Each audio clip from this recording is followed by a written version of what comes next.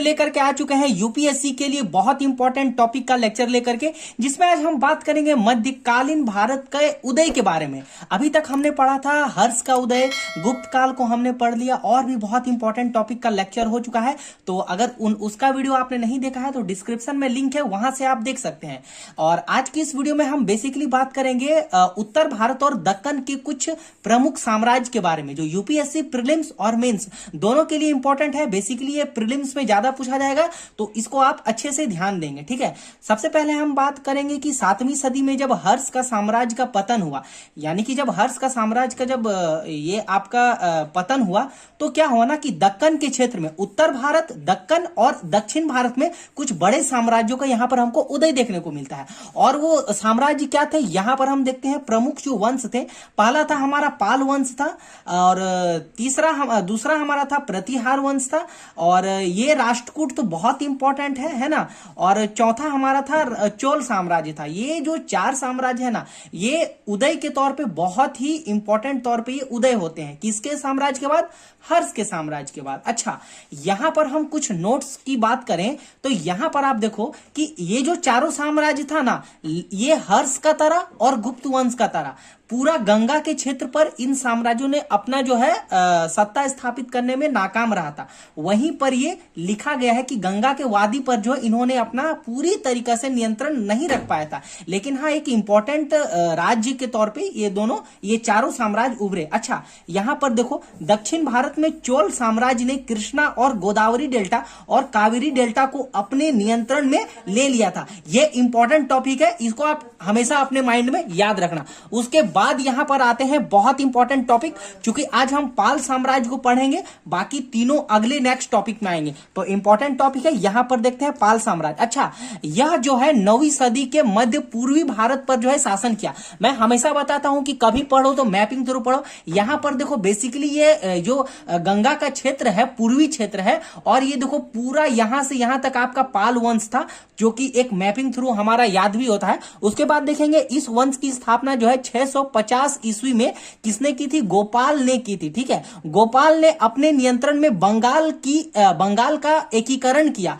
और मगध मतलब बिहार तक, मगध और बिहार तक अपना साम्राज्य को देखो यहां पर ये ले आया था या विस्तार किया था। अच्छा, एक इंपॉर्टेंट टॉपिक पढ़ते हैं। बंगाल में व्यापक अव्यवस्था और अराजकता को देखते हुए जो है यहां की जनता ने गोपाल को अपना शासक चुन लिया था। यानी कहने का मतलब है कि जब किसी भी शासन में जब अराजकता फैल जाती है तो वहां की जनता विद्रोह करती है और एक स्वतंत्र शासक चुनती है। तो यहां पर आप याद रखना गोपाल के बारे में कि यह लोकतांत्रिक तरीके से चुना गया मगध का या तो मध्यकालीन भारत का, लोकतांत्रिक तरीके से चुना गया मध्यकालीन भारत का पहला शासक था, याद रखना गोपाल के बारे में। अच्छा, पाल वंश के कुछ इंपॉर्टेंट राजाओं को हम देखते हैं। पहला है गोपाल, दूसरा है आपका धर्मपाल, तीसरा आपका देवपाल, चौथा आपका विग्रहपाल, पांचवा महिपाल, उसके बाद रामपाल। रामपाल तक ही है क्योंकि रामपाल के बाद जो है शासन का विघटन शुरू होना स्टार्ट हो गया था, ठीक है। चलिए आगे बढ़ते हैं और एक टॉपिक के बारे में। चलिए, और आपने चैनल को सब्सक्राइब करके बेल आइकन को नहीं प्रेस करा है तो कर लेना, और इसका पीडीएफ चाहिए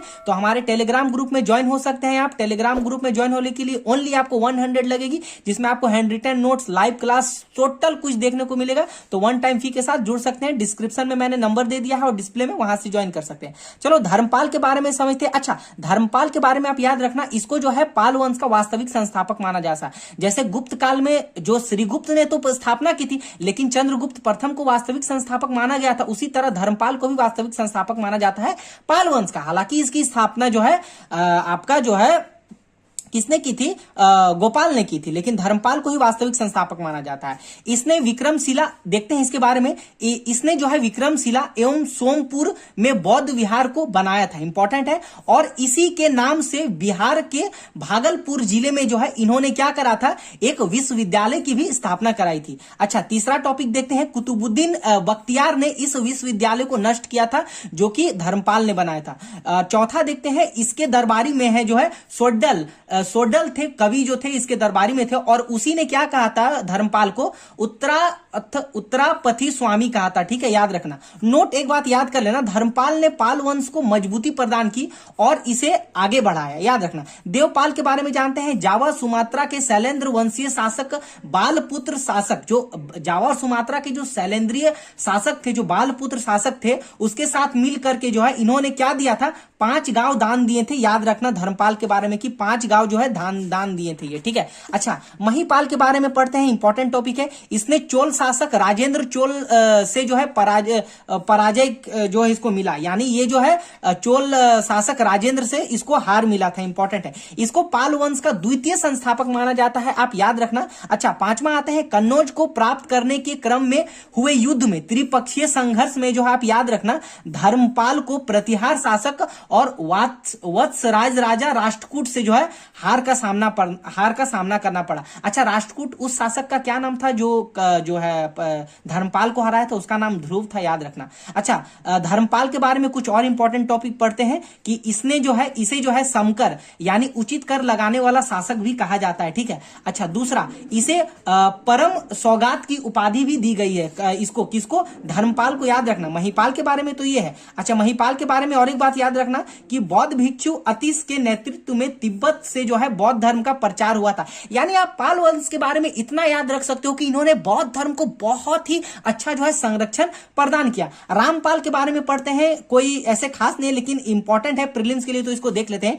इसके काल में जो है पाल साम्राज्य का विघटन शुरू होना स्टार्ट हो गया था। अगर यूपीएससी क्वेश्चन में पूछेगा कि किसके साम्राज्य में पाल वंश का विघटन होना स्टार्ट हो गया था, तो रामपाल के समय में आप उसका जवाब दे सकते हैं। अच्छा, तीसरा पढ़ते हैं कि इसके समय में जो है संध्याकर नंदी ने रामपाल चरित्र की रचना की थी। अच्छा, रामपाल चरित्र में 2 चीज का वर्णन किया गया है, एक रामपाल का और एक भगवान राम का। ठीक है, अच्छा, रामपाल के ही समय में जो है केवर्तों का विद्रोह, अगर प्रीलिम्स एग्जाम में पूछेगा कि केवर्तों का विद्रोह किसके शासन में हुआ था, तो आपका पाल वंश के शासन में हुआ था और आपका रामपाल के शासन में हुआ था। ठीक है, तो होपफुली यही रहा आज का वीडियो। बाकी जो इसका जो नेक्स्ट टॉपिक है, जो उसके बाद प्रतिहार वंश, राष्ट्रकूट और चोल साम्राज्य का तो मैंने दे दिया है। प्रतिहार और राष्ट्रकूट का नेक्स्ट टॉपिक में वीडियो आएगा, तो आप लोग लाइक, सब्सक्राइब एंड शेयर करके बेल आइकन को प्रेस कर लेना। बाकी वीडियो अच्छी लगी तो लाइक करो, शेयर करो, और ग्रुप में नहीं जुड़े हैं तो जुड़ जाना, नंबर मैंने डिस्क्रिप्शन और डिस्प्ले में दे दिया है। तो आई होप मिलेंगे नेक्स्ट वीडियो में, अपनी पढ़ाई को कंटिन्यू रखें, बाकी यूपीएससी की तैयारी को